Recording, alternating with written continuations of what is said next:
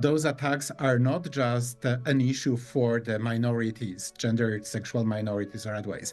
It is really a democracy at stake, and it is everyone's stake to oppose and to change and to reflect on what is happening, how politicians act, how they treat the policy and law in terms of constraining the rights, how they treat different groups. After all, the democracy is only as good as it treats everyone, and especially those who are minority within this.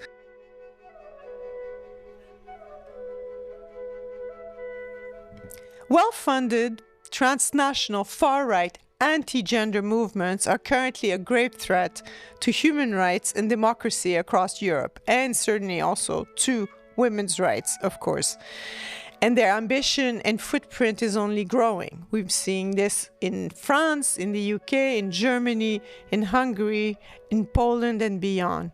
But we shouldn't give up hope. There's also organized resistance from civil society to these authoritarian movements. And that's what we will talk about today with two fabulous experts, Dr. Ada Zabrzewska and Dr. Roberto Kulpa from Edinburgh, Napier University. Please join us.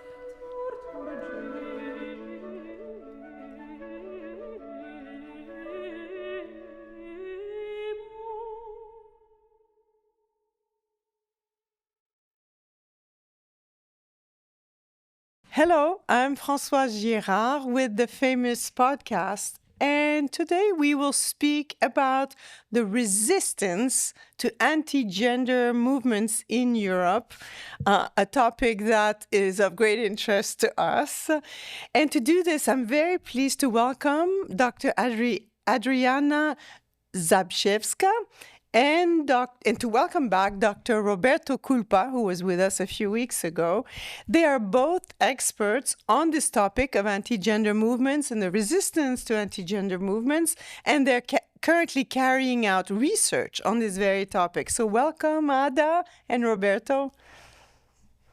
Hello, everyone. Hi, nice to be here. Nice to see you again, Roberto. Welcome, Ada. Let me say a bit more about each of you before we go forward. I need to introduce you. Ada holds a PhD from the Polish Academy of Sciences. She is a feminist, philosopher, and interdisciplinary researcher at Edinburgh, Napier University in Scotland. She's currently working as a postdoc senior research fellow in the EU-funded Resist project, which has as its long title, Fostering Queer Feminist Intersectional Resistances Against Transnational Anti-Gender Politics. So we'll find out what this all means very quickly. While Roberto is an associate professor of interdisciplinary and social studies, also at Edinburgh Napier University, he's an expert in transnational sexual politics, especially between Central Europe and Eastern Europe and the West. He has several books coming out soon, including The Sociology of Sexuality Handbook. And Roberto is also the co-editor of Decentering Western Sexualities, Central and Eastern European Perspectives, which was published in 2016. And he has other publications which you can look up. He is the co-investigator on the Resist project that we're going to be discussing today. And you might remember that Roberto joined us a few weeks ago on the podcast to discuss anti-gender movements in Europe and how they function. And so if you're interested in reviewing that content and knowing more, please look for that first podcast, which you can find on the famous website, fmus.org, as well as on YouTube, Spotify, and Apple TV. So that's for the advertisement today. Last time, when Roberto and I spoke, we focused on the research conducted by your project, Resist, how anti-gender movements in Europe operate, how their strategies are shared across countries, worldwide, but especially in Europe, and how they are deployed by well-funded transnational actors, including media and academics. We discuss how this is done in large part in order to help far-right authoritarian political parties gain and retain power. That's true around the world. We learn, for example, that across the board, anti-gender actors paint a picture of danger and fear, danger to children, danger to the family, to society, to the country's identity, to the nation, that would be caused allegedly by this so-called gender ideology, by feminists, by queer people, by other progressive actors.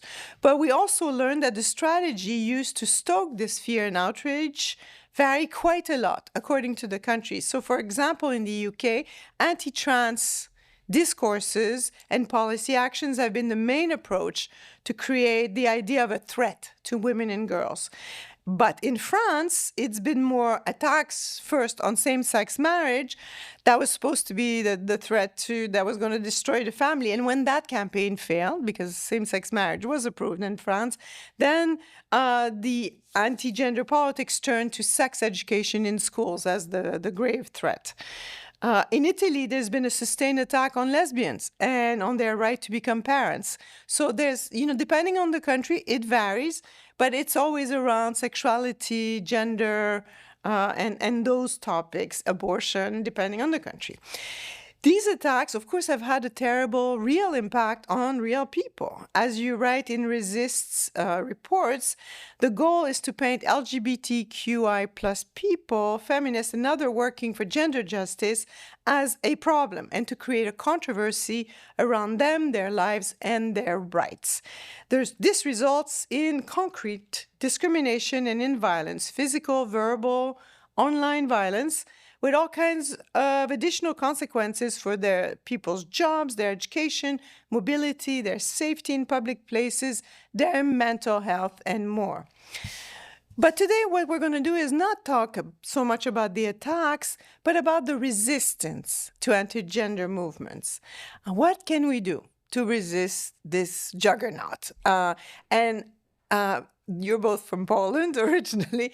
We will try to save the in-depth case of Poland for next time, but of course we can mention Poland today. Nothing is off limits, and even if we mention it twice, it's fine, right?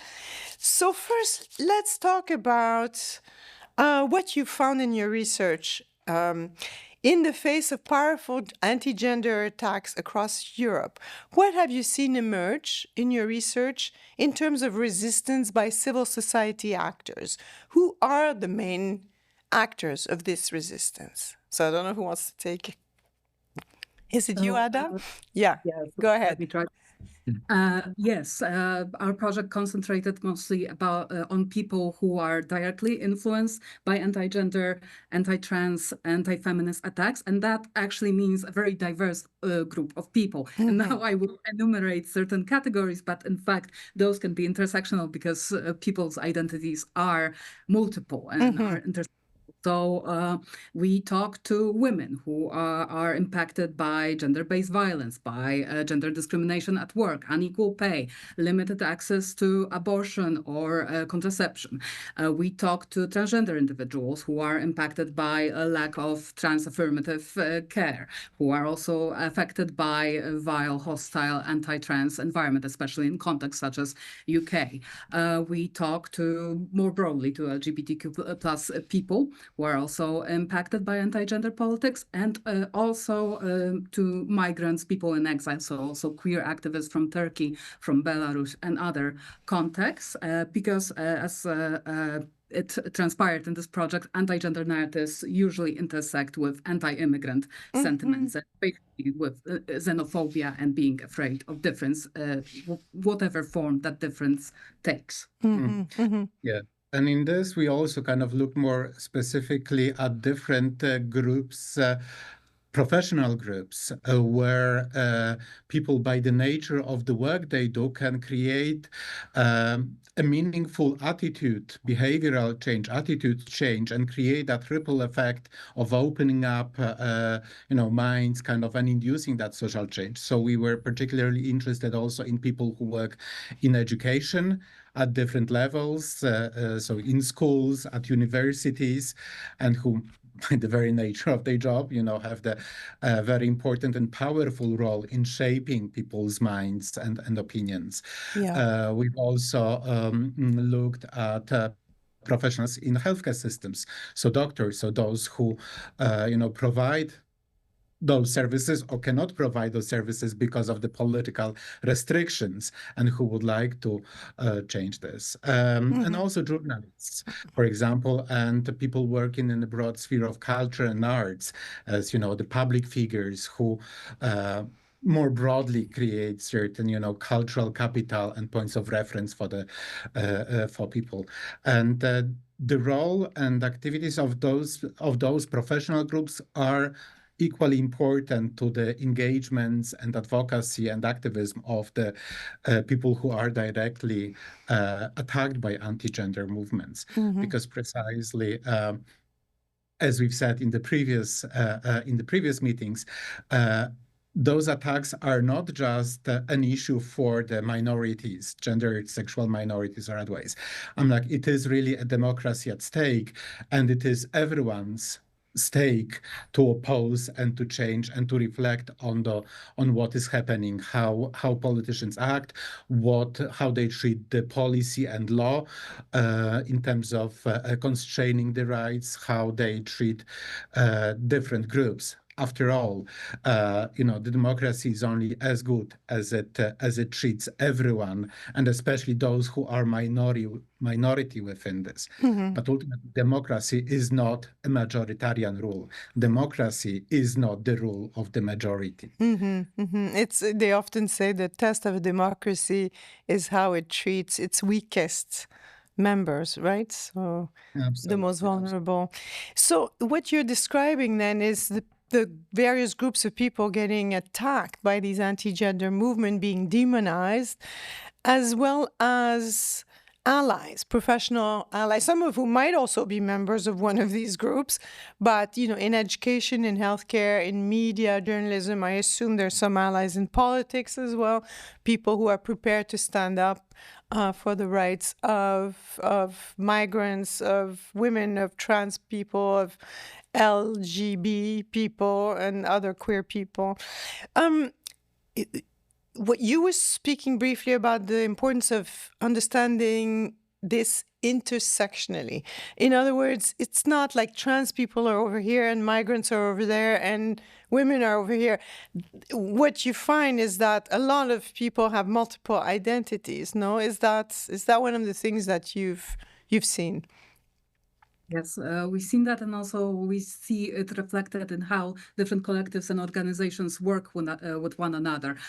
All kinds of coalition building initiatives are very important across the different European contexts, finding allies. So intersectionality results in tension because people who are multiply marginalized, they are forced to prioritize certain needs vis-a-vis certain concrete actions. So sometimes they need to prioritize, for instance, their racial identity or ethnic identity, and or care for their immediate survival as an person in exile or migrant, rather than on their gender and sexual identity, right? So this prioritization, the need to prioritize, is also experienced as something oppressive, right? Because in an ideal world, they could find an equal means to express all those identities, but this is not the case in practice. Yeah, no, that's right. And I'm wondering, movements that have different priorities and approaches, for example, feminists movements and LGBTQI movements, how have you found them working together? Because there can be tensions there when each of these movements have different histories in the country and different priorities. It's not always easy, right? I assume you see that. Yes, absolutely, and you're right in this, that for each group and the topic and area, ultimately we cannot do everything all at once. That simply is not feasible. So there is a need of prioritizing certain goals, certain ideas. At the same time, what we see among the queer feminist and anti-racist movements nowadays is the recognition that we cannot do everything, but we need to tackle everything because the interconnectedness is so deeply rooted together, and fighting for a change in one domain necessarily needs to involve also the fighting for a change in another. So fighting against homophobia needs to involve fighting against Islamophobia. For example, because precisely in different contexts and the countries, very easily homophobia can be translated on Islamophobia and other way around, as we see, for example, in some of the Western countries where, for example, in Netherlands or UK or also in France at times, where the calls for the pro-democratic and pro-gay and lesbian, for example, certain rights to marriages are framed by the supposedly liberal actors, political actors, as something that needs to stand against the migration and against the migrants who are seen as more religious, especially the Muslim migrants who are seen as more religious and therefore standing in contrast or potentially jeopardizing those other rights. So in recognition of this, precisely what we see among the queer feminist movements, and that's why also very long title of our project, trying to account for this, is the recognition of the need of intersectional work. And also, it comes from the from the lesson that we see among the anti-gender movements. We saw and talked in the previous meeting that one of the most popular tactics is to divide and conquer. You know, the millennia-long tactics of fighting the opposite side, and it is also true for the anti-gender movements, inducing and putting the idea of the human rights as something that is limited, and if there is a little piece of that cake given to one group, it will need to be taken off from that group to be given to another group. Is that approach that meant to create tension within those different groups who are already oppressed, and through this dividing them internally, and therefore the kind of maintaining this. So coming together intersectionally and is one of the hardest, but also one of the most powerful forms of the resistance to anti-gender movements, and as we said, by implication also to anti-racist, anti-Islamophobic and other civil rights movements. I mean, yes, we've definitely seen that, painting Muslim migrants as homophobic, inherently homophobic as a group, and therefore, as you say, using gay rights to weaponize gay rights against Islam and migrants.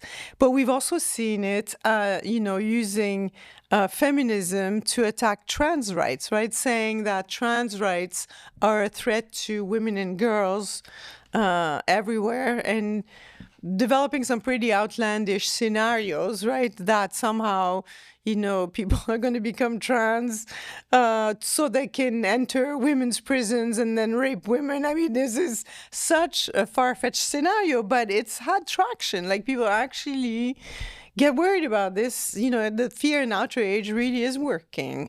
So I've seen several examples of that, right? And it's a real problem. I mean, what are we going to do about these so-called trans exclusionary feminists who are doing this to the feminist movement, using this fear of trans people to divide us? Well, I guess one strategy is simply education and knowledge sharing and exposing ourselves to different lives and different experiences, as we say in feminist philosophy. When it comes to what is known as terfism, as a trans-exclusionary feminism, this is a broader question of what we do with people with whom we disagree, and more than that, whose stances we recognize as hostile and dangerous.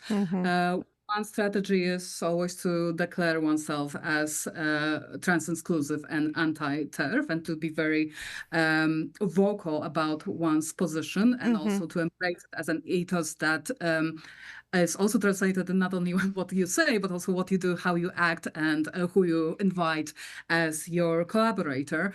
And being consistent about that throughout your career, throughout your public presence, your activist action. So I guess that's one strategy. Absolutely. The other one, an important thing here is perhaps not to ducking out and not trying to hide from the problem, but acknowledging that there is a tension and problem there.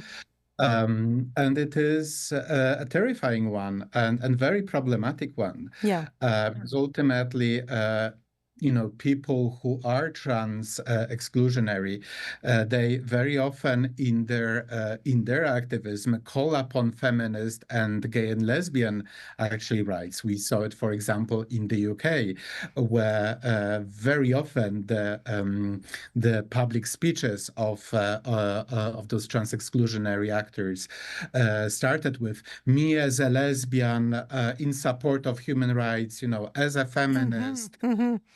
Etc.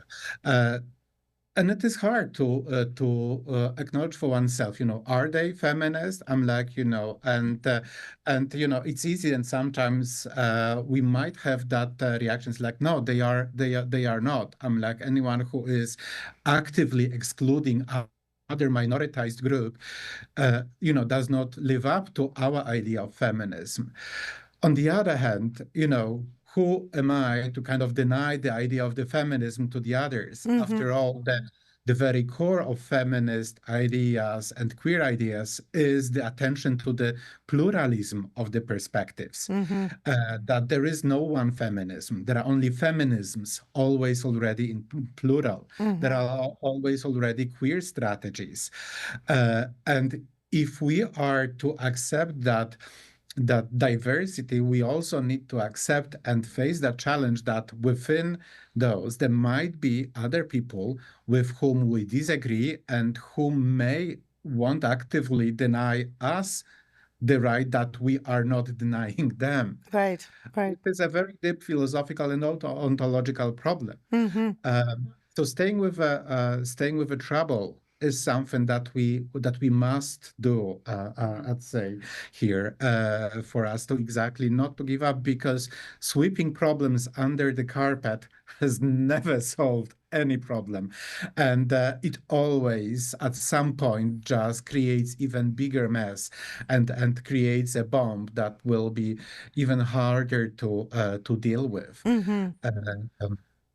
Stuff. And general public discourse seems to lack a lot of nuance, which is a big shame. So when we talk about social polarization, we tend to think mostly about the left and right, but then we discover that similar polarizing mechanisms and logics are also found within the community, right? However we find it.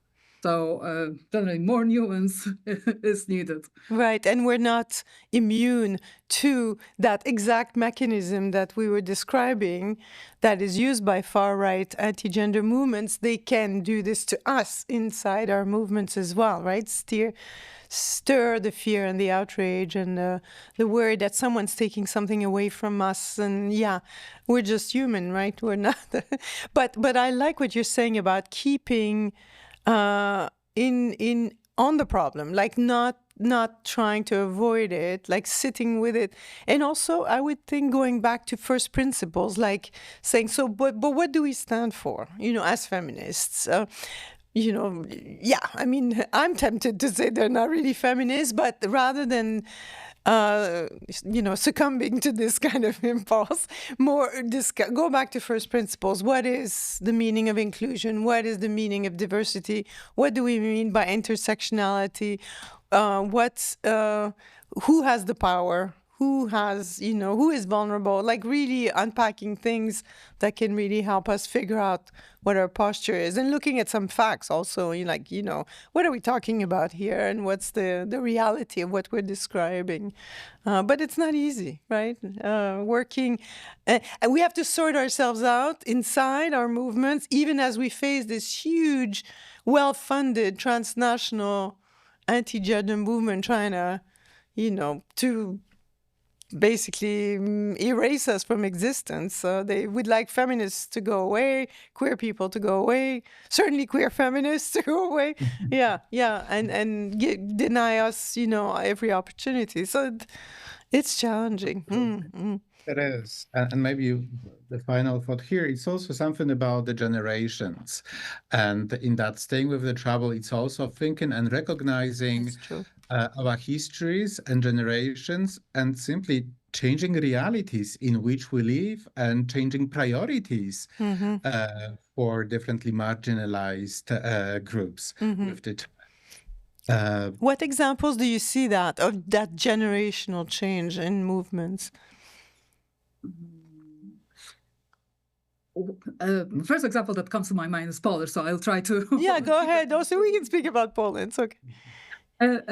Because we noticed that there are differences when it comes to how generations define activism, like what is too much activism, I mean, what is too aggressive or too radical. So the younger generations are more comfortable with expressing anger outwardly and also using creativity as a output of their rage. So in Poland, during the protests that we had after the change in abortion legislation, but also the protests after the arrest of non-binary activist Margot, we saw the younger generations as a powerful driving force, also as digitally native people, also to social media and finding creative outlets to create more awareness, to communicate their dissent, and that in older generations created different varying responses. Some felt more hopeful about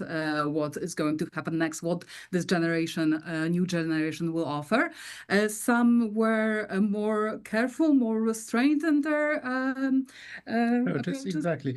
And then again, in different countries where the histories of the feminist and gay and lesbian and trans movements have been different, we see slightly different approaches. So in the UK, again, coming back to the trans exclusionary kind of forms of anti-gender feminism, we see certain also generational divide here. And in the context where the kind of more liberal forms of feminism tended to dominate the development of some feminist rights and gay and lesbian rights.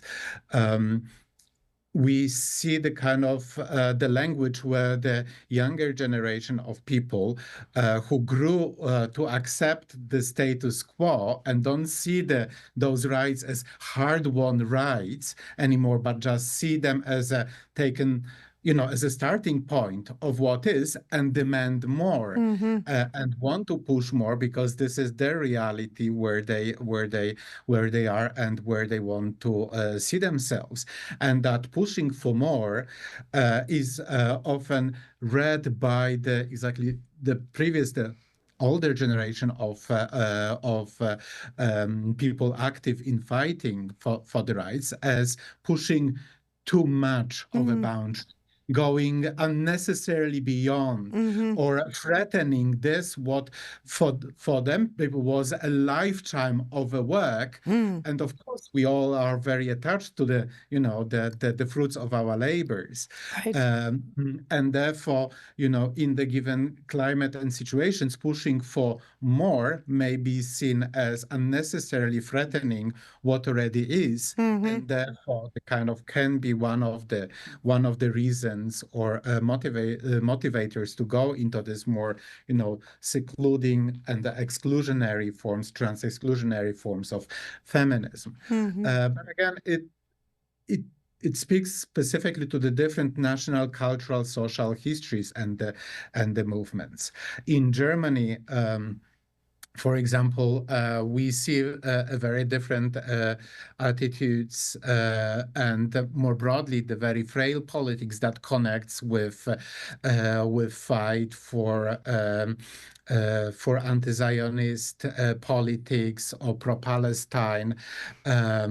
Irrespective of where each side of the debates, how people are, because of the very frail and very tense history of Germany of last several decades, Right. of what happens, addressing certain topics, for example the fight for pro-Palestinian rights and calling the Israeli state as a genocidal war, might be a viable a tool of calling the reality and naming the reality as is for one generation of people, but might be absolutely unspeakable issue for a different older generation of people for whom perhaps the beer and the trauma and of the Second War and post-war is still there. So we do need to account for this and look differently.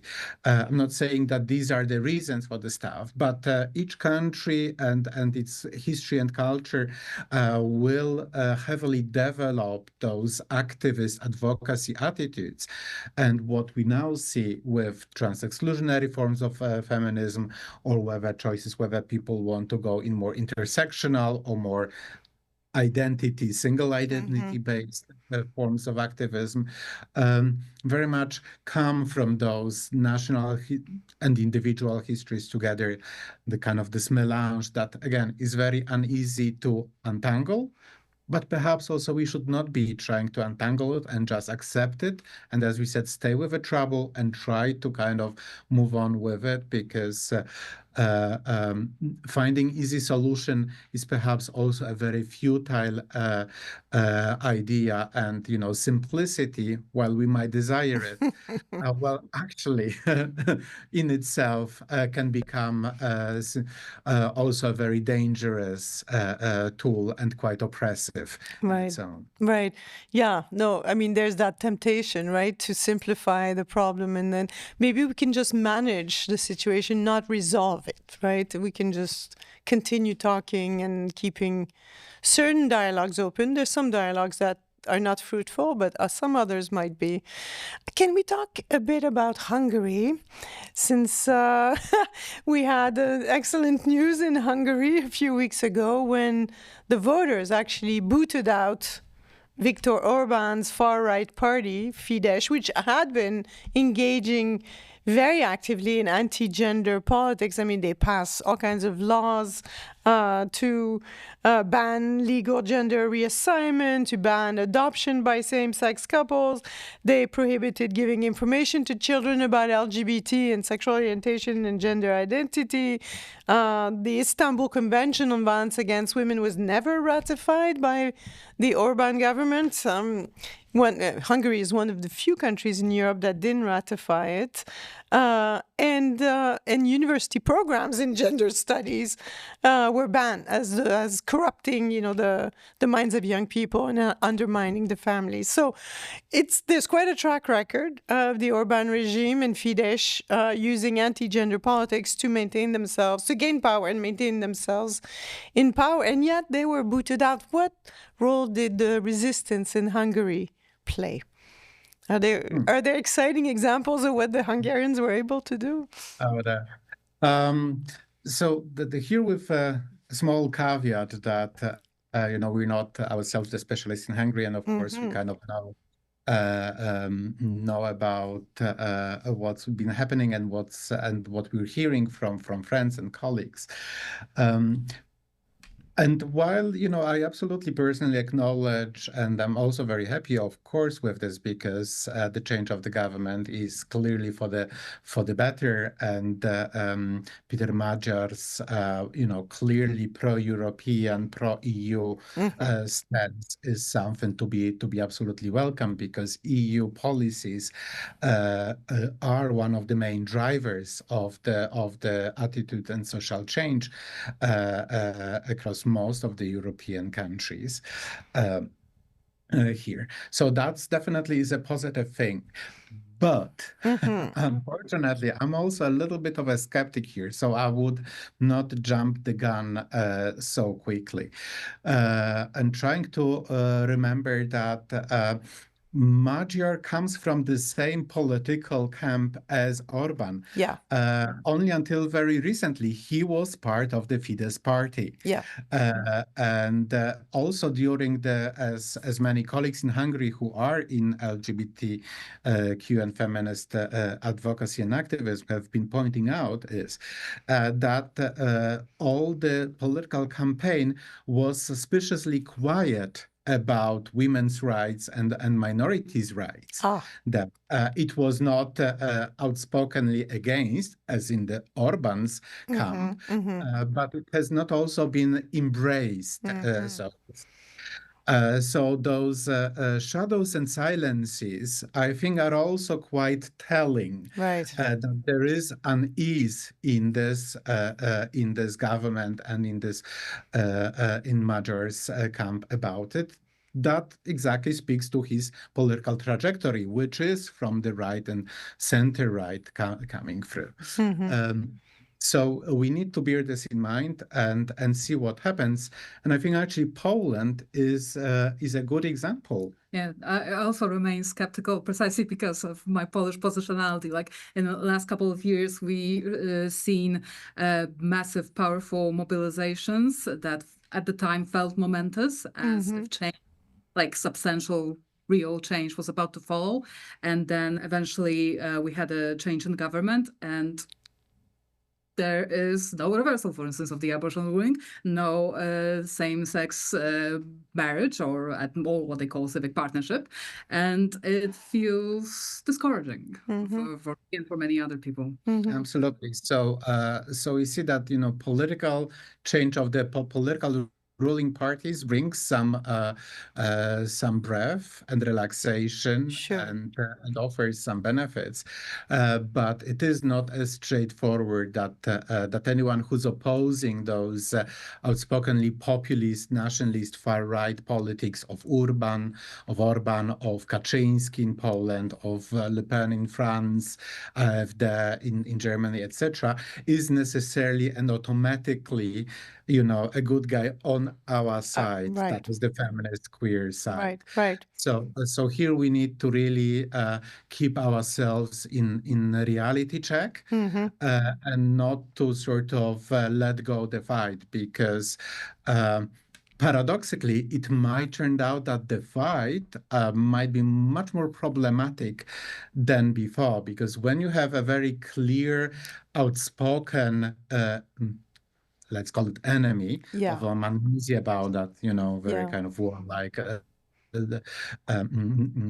form of discourse.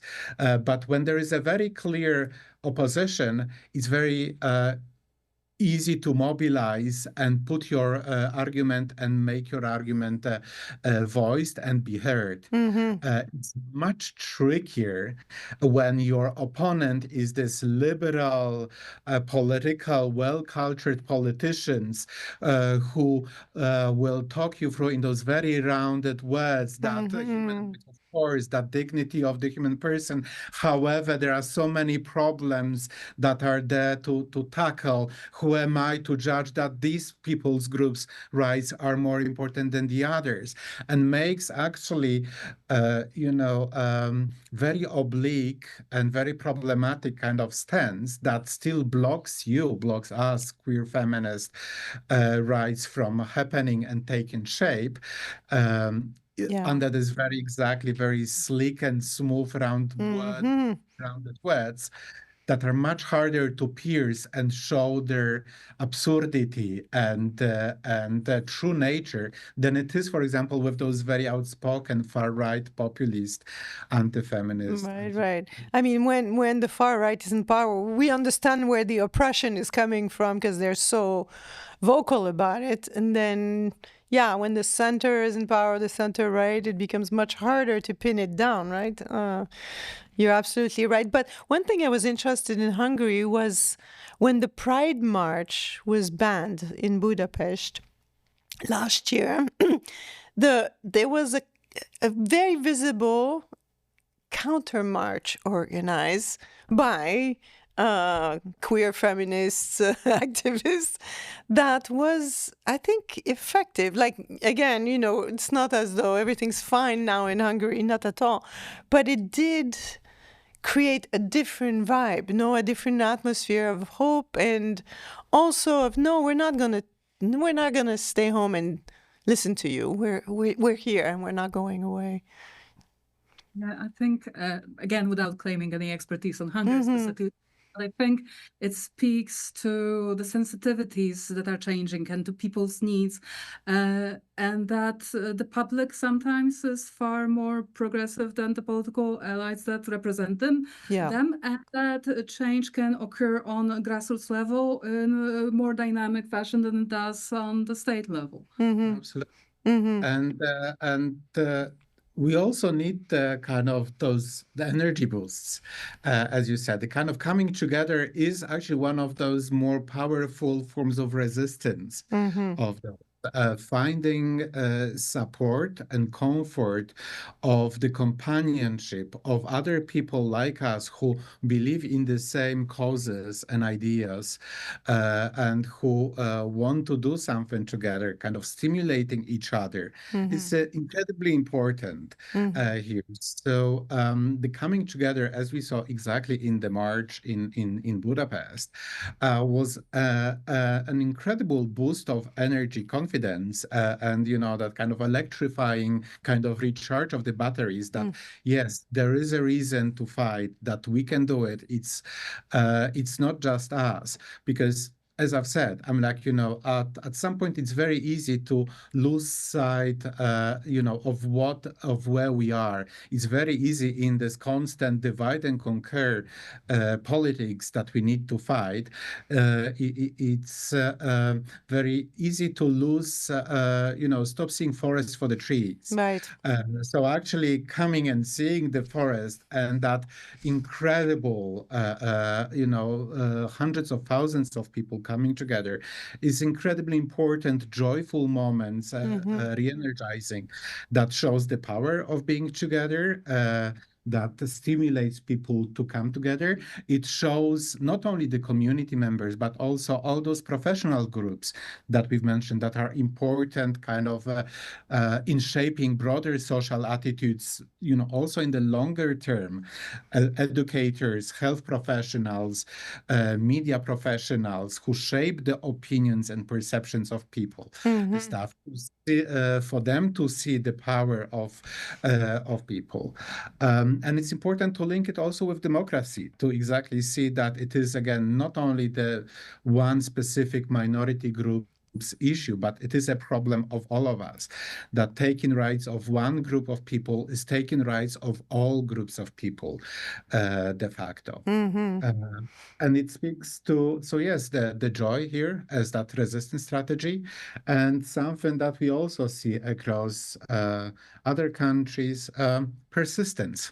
Persistence as resistance is another very important form of opposing. Just being, not giving up, maybe not always very actively and in very engaged way fighting against, because for this one needs resources, as Ada, you've said at the beginning, different resources. Financial resources, social resources, personal, emotional resources as well, the stuff, and at time. Exactly. We may not be ready, but quietly, persistently, even by withdrawal and just letting go, kind of recuperating, we have time to regain our own confidence, to rebuild ourselves, to build that resource capitals. So then after a certain period of time, we can re-engage in different forms of opposing if there is still need. Right, right. Yes. Resistance and everyday resistance, like those small everyday acts of resistance, are crucial because those are not events that get broadcasted on TV, right? Like a march, like the Budapest March is once in a while, a huge event, very important, but just acting on every day basis in your workplace, with your extended families, with your nearest community is also very important. Yeah, and that speaks to one of the strategies you found was important, which is visibility, right? Like we need to see those people who are being attacked as our neighbors, our our relatives, our colleagues, our community members, and sometimes in a big march, with flags and all, and sometimes in just at the community level. And that visibility is what helps change minds, right? Or keep occupying the space. It comes at a cost sometimes, and sometimes you do need to retreat for your own safety and mental stability.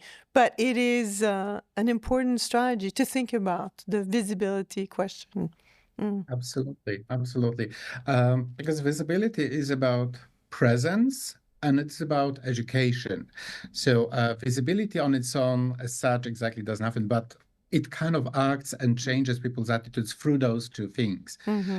Visibility exactly ensures that more people can be educated, that they can hear different voices, that they can hear counter arguments, and they can make up their own minds or have discussions in their homes, etc., and then have a thing for their own and potentially, open and change their attitudes. So that educational dimension of visibility is important. Yeah.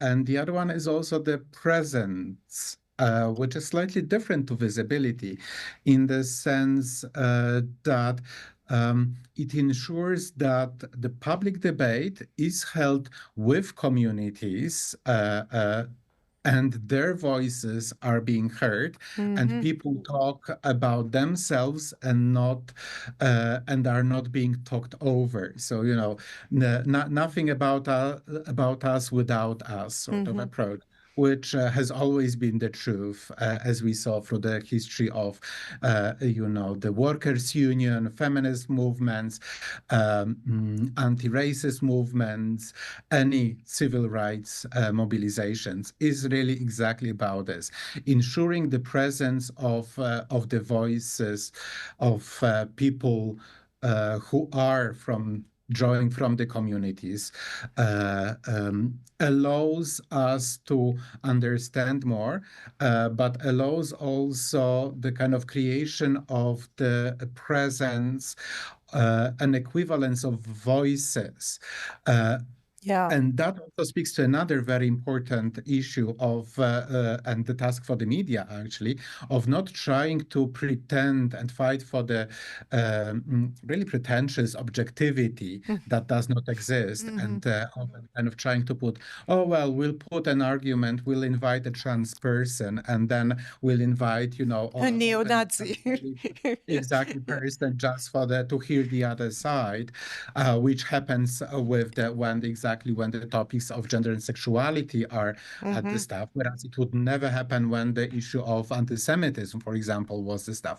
No media and public broadcaster would ever invite openly and outspokenly anti-Semitic person to show the balanced discussion.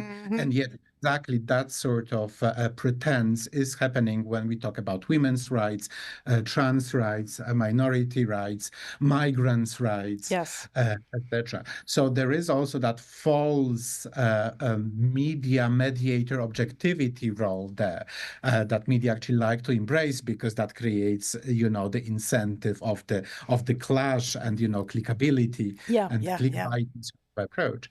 But this is very artificial and damaging. So the visibility and presence also means to have the voices, but the voices of the people really heard. And that's why, and not the kind of artificially contrasted with the other ones. That's right. Even the proper platform. Demanding presence, meaningful presence, not sort of fake equivalencies.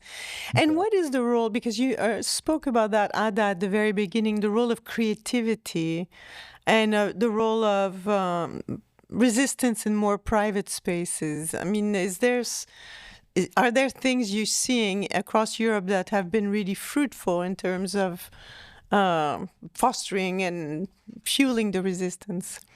I mean, creativity, similarly to joy, just provides a moment of respite, and also just to go back to what we've discussed. Like, I'm also glad, Françoise, that you mentioned that visibility comes at a certain cost, and in fact, our participants often mentioned that it is emotionally exhausting to be visible, especially multiply marginalized people, like, for instance, queer and racialized subjects. Yes. This comes at a very high cost, and those moments of respite, joy, and putting your energy into something that feels pleasurable are crucial. Also, creativity, when it comes to those mass mobilizations, for instance, provides a certain visual language of protest, right? Or symbols, songs that emerge as in the course of resistance and then began circulating on social media as well, creating more awareness and reaching people who, for instance, have not considered those issues before. Exactly. So, there is that element. I'm like, that definitely kind of creativity as an kind of artistic kind of expression that helps just our general well-being. I'm like, we know it from all range of studies that any kind of engagement with art-related activities does us better, helps our mental, psychological, emotional well-being. And, if we are better, then we can engage in those more challenging fights. And there is also activity in terms of thinking about different ways of opposing and addressing and fighting against or resisting those anti-gender movements. It's also, we've seen in that also oppression stimulates the kind of the people to think how to overcome the oppression. Now with anti-gender, I'm like, we also, can see it, historically, there are many examples of this. And thinking about also the needs changing up. So the creativity is also in terms of creating the networks of support and sourcing the support where more official channels are inefficient or inaccessible. We see a lot of that mutual help among trans communities, for example, right. And that creative sharing of resources, of passing on information of who is the good and the chronologist that can support trans people seeking help with their hormonal therapy, thinking about, sharing contacts and creating informal databases, chat groups about, for example, supportive gynecologists who are respecting and supporting women's rights to abortion and reproductive health, and will support women in their choices here rather than oppose or patronize them. And this kind of creativity that Roberto is now describing emerges in those contexts where state support is not as well established, and so in locations that are, from the Western perspective, often perceived as peripheral. And now we have this interesting change of dynamics when far-right regimes come into power in Western countries, where activists from the so-called east of Europe could actually be helpful and educate the West on how to do resistance in those conditions when you need to rely on creativity and coming up with alternative scenarios of all kinds. Exactly. That's right. when you can't trust the state anymore, because the state not only exactly the kind of becomes the more visibly oppressive than it was perceived, perhaps. And what about cross-European solidarity? I mean, you do some research on European institutions as a source of resistance. Have, for example, the European Parliament or European courts been useful to the queer feminist resistance, or other European spaces helpful where activists can meet and exchange those lessons, let's say, from east to west and so on?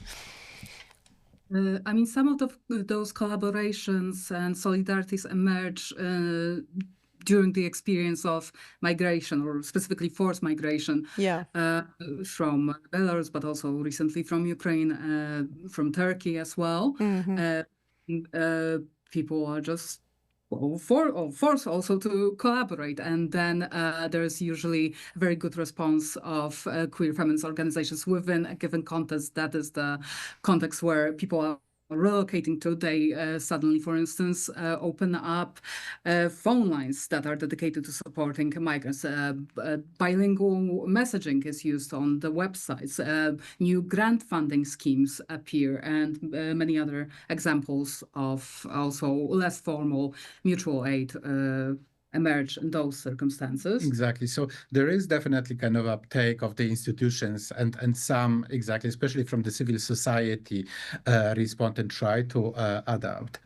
Other type of institutions, the ones that you've mentioned, like for example, courts, judicial institutions, and others, and their role in supporting the queer feminist resistance will very much depend on the national and socio-political systems and the traditions there, because we in some societies where there is a historical greater tradition of trust into those institutions, the role of the courts and the decisions might be presumed to be more trustworthy and easier to accept, and therefore some changes have been developed. And we saw that many of the pro-feminist or gay and lesbian rights in the UK, for example, have went with this more kind of institutional approach, exactly as people tend to trust the institutions and accept the institutional decisions, political decisions.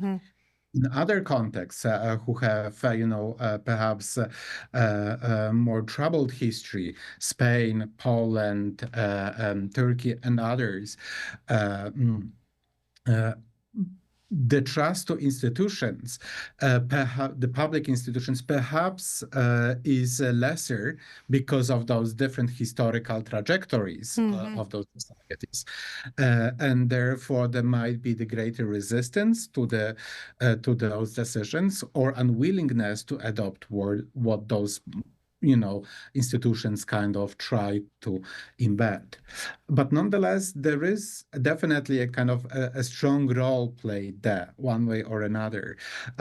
We see it with the role of the European Courts of Justice, that the decisions and this systematic and more developed forms of strategic litigation, for example, in different countries where there is that legal culture of this more popular, have proved to kind of bring some effects. And we see also the challenges and some potentially positive developments. Most recently, there is a case in Poland, but maybe you can talk it in the next one, because actually it is still ongoing. But we can see definitely positive impact of those institutions.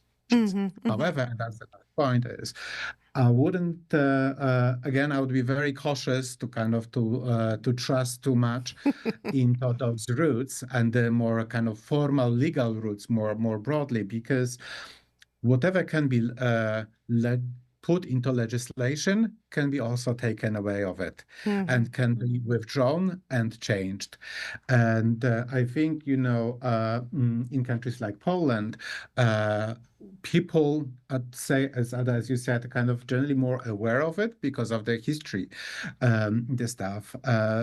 And that's why I think there is also a lot of surprise in many Western European and broader Western countries, like United States or France, where suddenly the rise of far-right populist governments and political actors and them gaining the power have been such a shock and surprise that this could happen, but also the surprise is that things can actually be enacted. We see it, for example, with Trump administration in states and the active reversal of EDI, equality, diversity, inclusion, rights policies, funding, transnational funding for the rights, etc.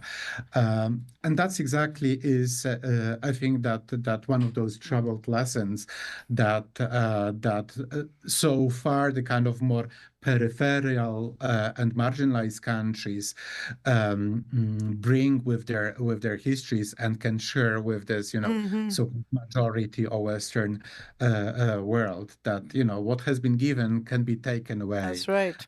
Really, and that's why we must not stop and search and find and try to constantly rebuild and reroute what is out there, because everything can change. Right, This is the only stable thing that we all need. And you're right. When the far right takes over state institutions, they will use them to reverse human rights and minority rights. They will actively do that. And those of us who were too naive, maybe in the US, to imagine this could happen, should have paid more attention to Eastern European examples. You're absolutely right. Well, thank you so much for this, Ada and Roberto. This is so interesting. I'm absolutely fascinated, and I look forward to our next conversation when we go in greater depth and discuss Poland, all things Polish, which of course is one of the countries that I love to dive into. It's so interesting. Thanks a lot. And a luta continua. Yes, it does. Thank you, everyone. So much. Bye-bye.